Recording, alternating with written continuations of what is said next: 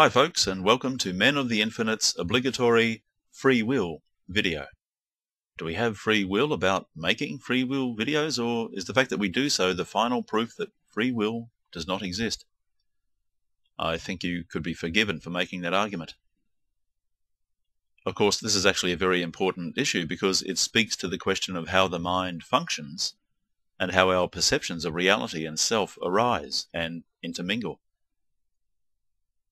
Now, in this video, I'm not going to directly engage the debate on whether will, or what we refer to as volition, arises within a deterministic framework or manifests in some sense that is intrinsically free. What I'm going to do in this presentation is explain, or at least attempt to provide a useful explanation of how and why the perception of the freedom of will arises, and why it's illusory. It's not enough to merely state from within a deterministic worldview that free will must be some kind of illusion. As legitimate as that may be, it doesn't help us deal with that illusion. We need to understand the nature of the illusion so that we are not caught up in it, led by it, tricked by it into other forms of false thinking and action. Free will most certainly exists. We experience it and have a name for it, so it necessarily exists. It exists in the same way that all illusions exist. An illusion simply being an experience about which we draw incorrect inferences or conclusions. An illusion is not a thing that lacks existence or is unreal. It is simply a perception about which we have false ideas. So, why do we assign the status of free to certain aspects and manifestations of mind and cognition? It seems to me that if thoughts don't arise within a deterministic framework, then the only sensible alternative is that they literally pop out of nowhere and are therefore disconnected from anything. If this were so, in what sense could we possibly experience these thoughts as willful? We'd experience our minds as incoherent and utterly chaotic. Whilst we certainly don't always experience our minds as a flow of identifiable and consciously connected thought events, we also don't experience it as utterly chaotic and incoherent, or at least most of us don't. But what generates this feeling of freedom of will? Why do we experience ourselves as free agents and various kinds of thoughts as free? In explaining the freedom part of this equation, there's an analogy I like to use, that analogy being that of a sudden event.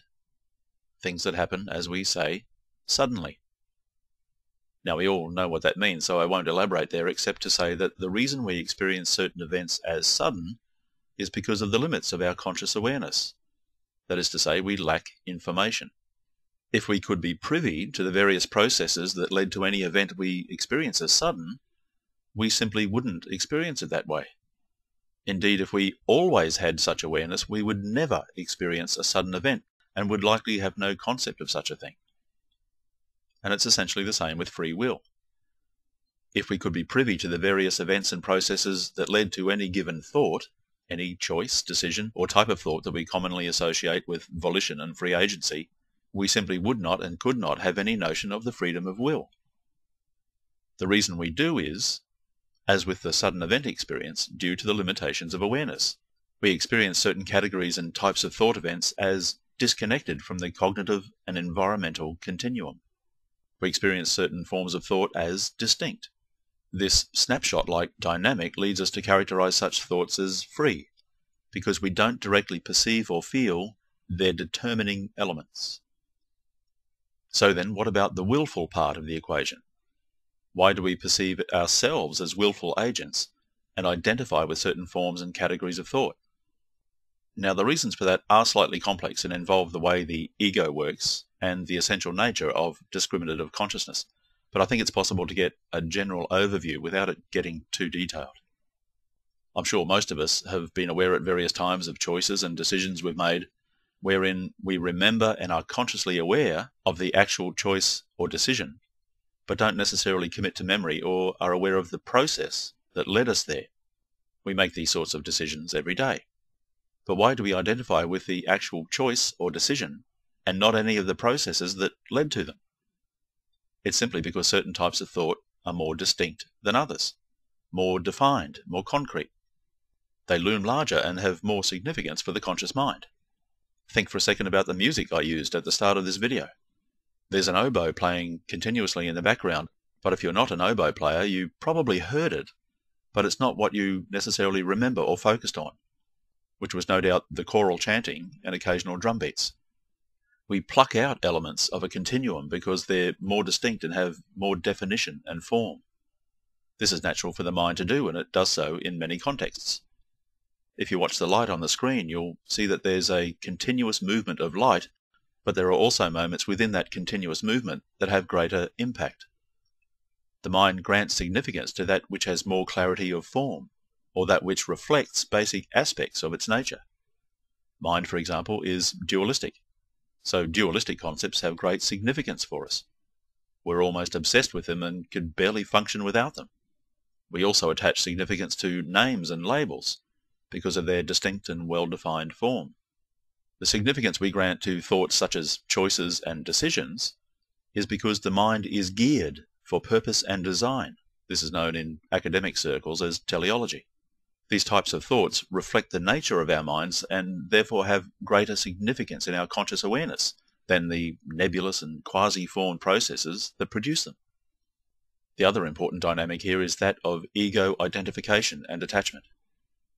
Now, I should say quickly for the record that whenever I mention ego at this channel, I never mean ego in the Freudian sense, but always in the deeper philosophical sense, as in the concept of an inherently existing self, or continuously existing I. Those more distinct and concrete forms are exactly what the ego identifies with, what it plucks out of the continuum of events and says, this is mine, this is me. This is how and where the relationship between specific forms of thought and the self occur. A choice or decision or name or label are just pieces of thought, like any other thoughts, existing within a continuum of mental processing.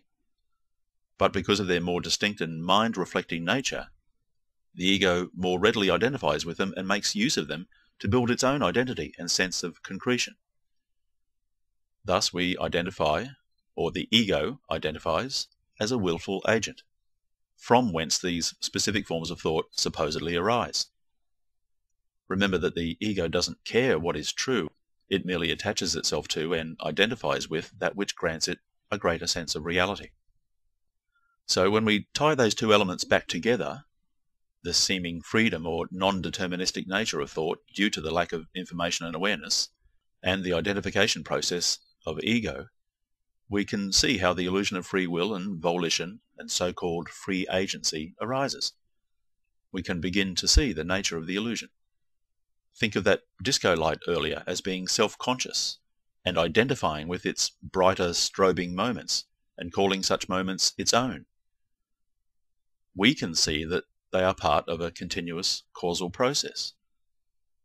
We simply have to turn that vision on ourselves and try and see our own mental continuum, or at least see the fact of it. Now, in the second part of this presentation on free will, I'm going to address some of the concerns people raise in the face of the notion of its illusory nature, concerns about morality, personal responsibility, and how we deal with what we term criminal or antisocial behaviour.